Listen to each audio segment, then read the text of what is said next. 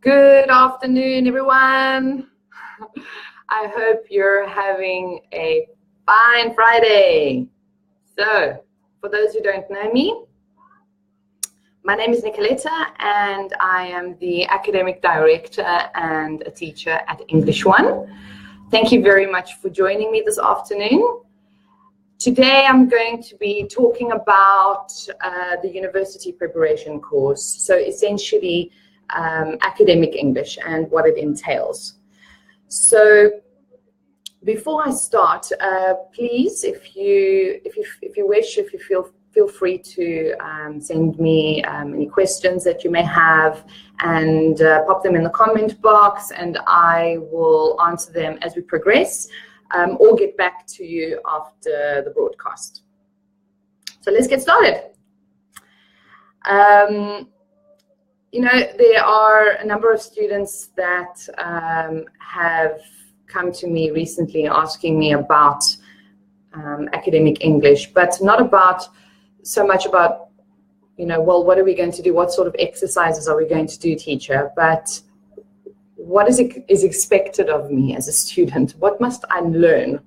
And it's a pretty valid question to ask. And I think that it holds a lot of value to help students understand that studying at an English medium university, if you're a non-English speaker, is pretty intense, and it requires you to be pretty proficient in a number of skills that are not usually covered in general English courses. And that does not mean that general English courses aren't useful or aren't good for university prep. They certainly hold a lot of value. In fact, they are essential to the success of a university student.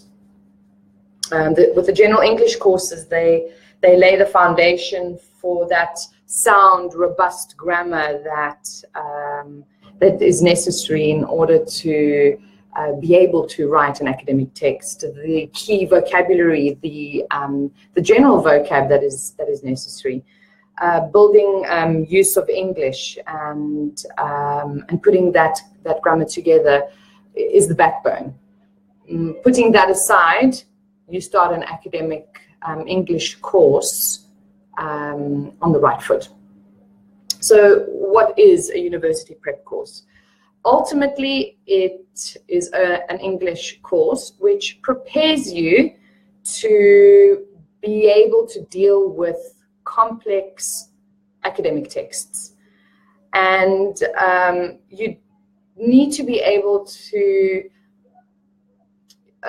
focus on the academic side of the 4 skills: reading, writing, speaking, and listening.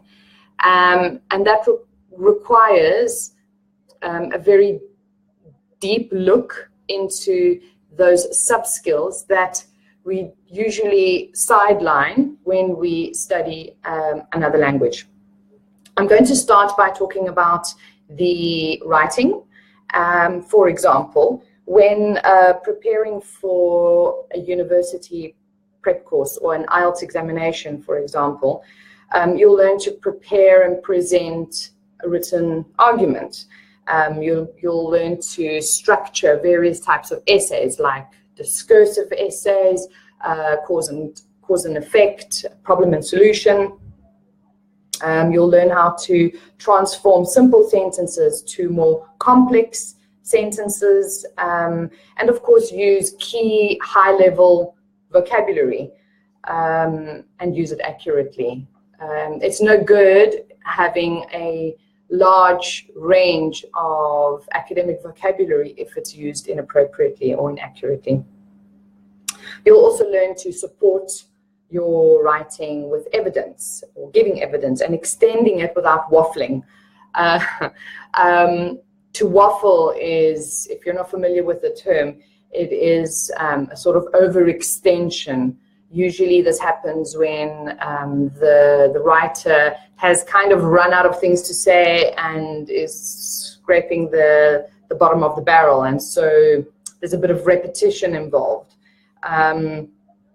So all of this is done whilst promoting an active writing culture. And this is a tough one, because we need to kind of be honest with ourselves and say, well, how often do we actually write? And the reason why most students really need to spend a lot of energy on the writing in academic English is because ultimately we don't write much, barring the shopping list or the post-it note or the WhatsApp message. We don't actually sit down and write. So here we are going from not writing at all to writing an academic text. It's pretty intense to have to deal with that. So the sub-skills that are involved in managing that are covered in the course. To name a few, paragraphing, text organization, using the appropriate stylistic approach, depending on the type of essay that you're writing, cohesiveness, the ability to edit your own work, and of course, time management. Time management is always huge, particularly if you're going to take the IELTS examination or any other academic English exam that has a time limit. Moving on to the reading. So reading for academic purposes does require the student to develop a series of skills which are really, really essential. These will be dealt with during the course. However, and this is a big one, cultivating a robust reading practice beyond studying on a university preparation course is key. It really is. Academic reading is quite different to just general reading. It focuses more on how to read, the preparation that is. Academic text, it's more about how to read, and that requires a certain number of skills which you work on, and this will help to outline what is important.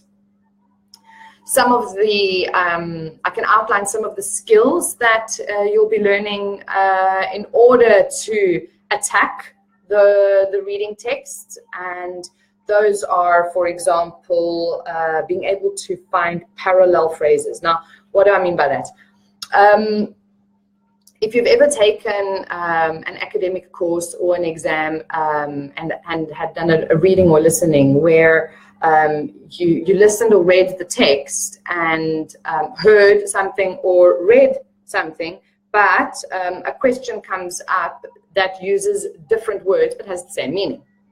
Now, that would be regarded as a parallel phrase. An example would be for I find learning English a challenge, and a parallel phrase could be learning language is difficult for me. They mean the same thing, but we've used different words.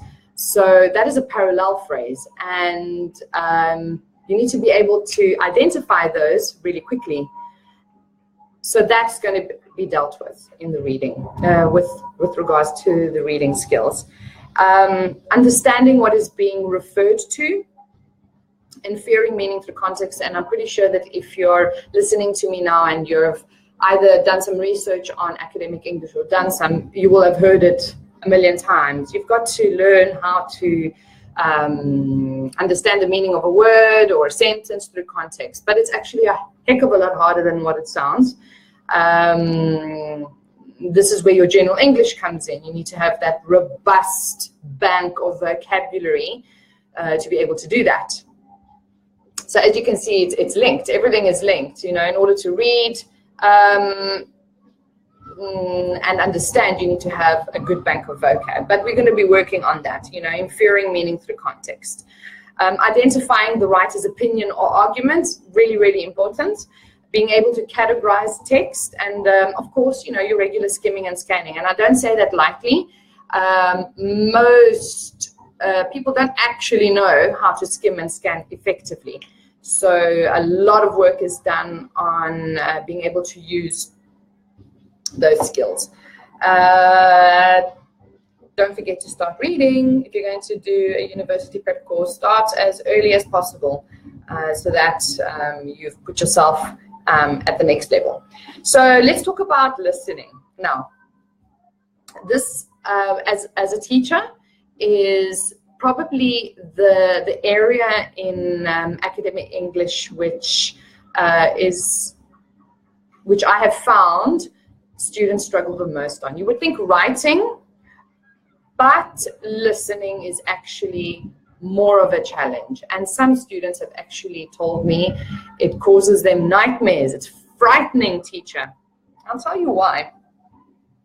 Whether you do whether you are listening live, for example, a lecture, or whether you are listening to a recording, when you're doing it at an academic level or university level, you're probably put in a position where you have to listen, understand what is being said or the message that is being conveyed, probably have to read something, take notes,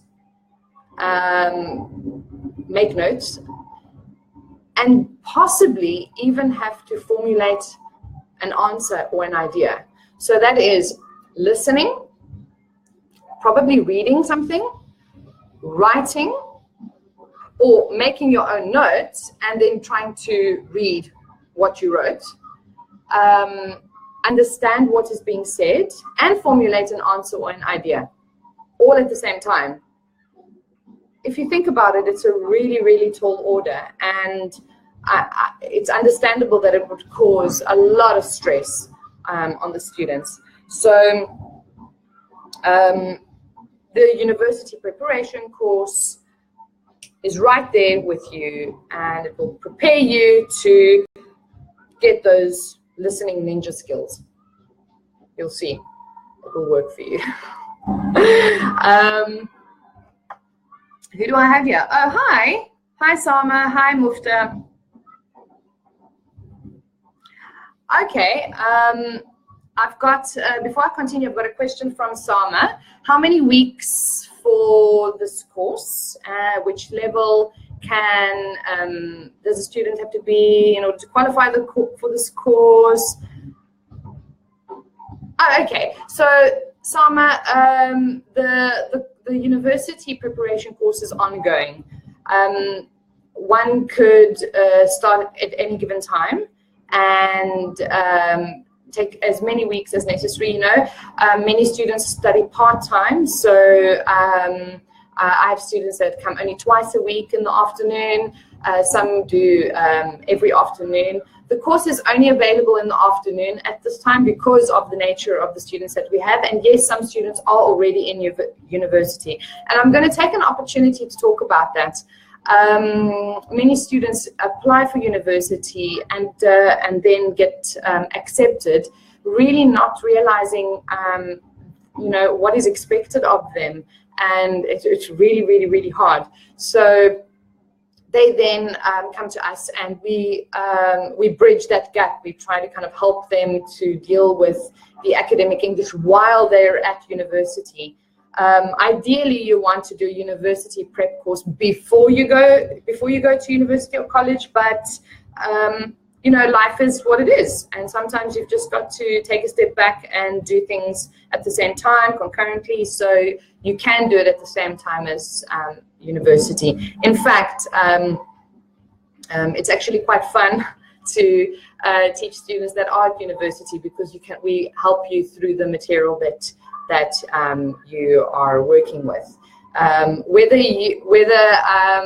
I teach you how to deal with parallel phrases using my material or your material, the skill is always the same.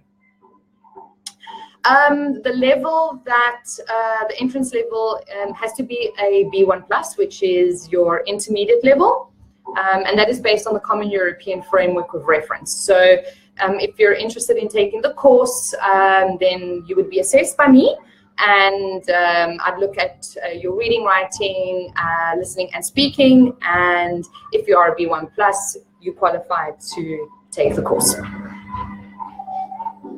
What else do we have here?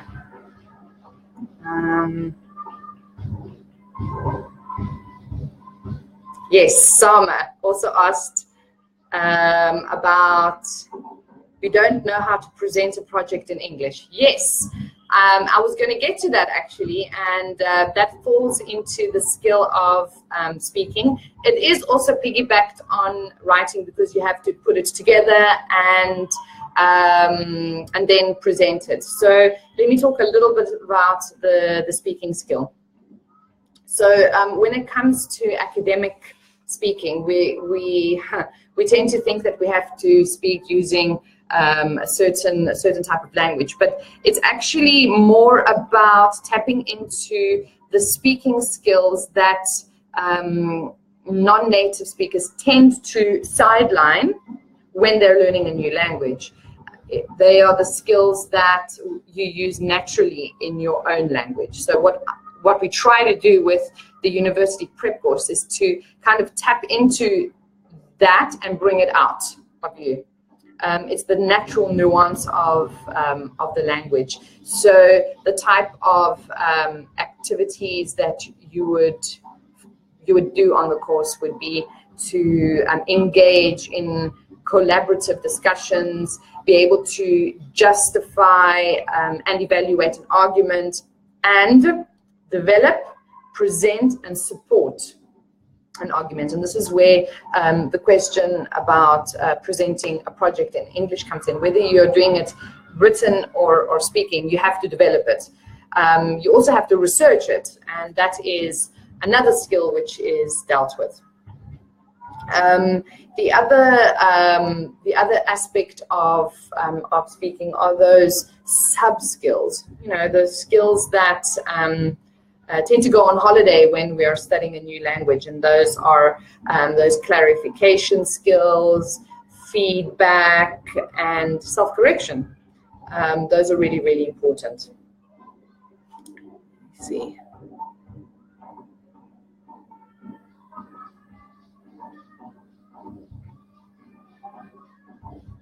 Mm-hmm. Right. You asked a question about writing, especially paraphrasing other ideas. Yes. In order to paraphrase effectively, your bank of vocabulary needs to be quite robust, and that is effectively increased by reading a lot and writing. Obviously, you know, the most important aspect of studying a university preparation course is knowing what it is that you're going to need to do. So I wonder, for example, Salma and Mufta, you asked the questions. When you started at university, did you know those were the sort of tasks that you would be dealing with?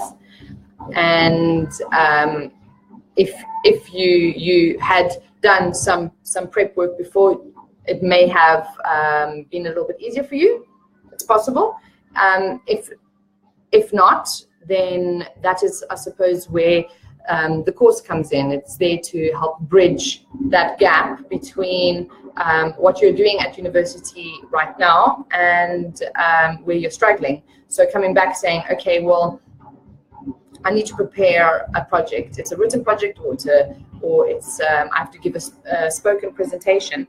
How do I go about doing that? And the course ultimately gives you the tools to be able to put that together. And very often even helped with regards to assessing it and editing it. It's always very useful to be able to go back and say, oh, okay, well, this is what I did the last time, and I'm going to now start working on this project using those tools that you have learned. So overall, the course will prepare you for the academic nature of the text that you're going to be dealing with. I suppose also, just going back to what I said before, preparing you for what to expect.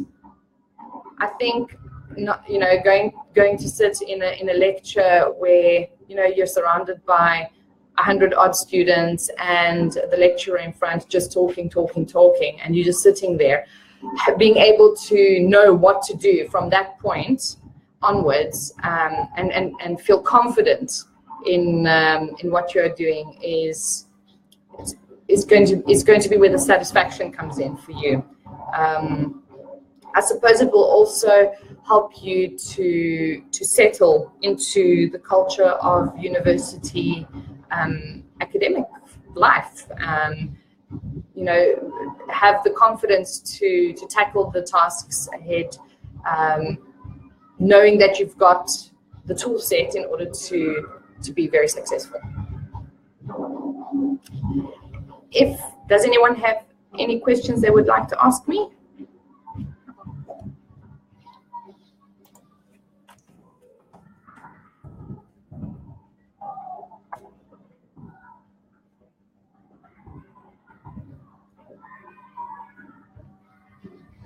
Right, so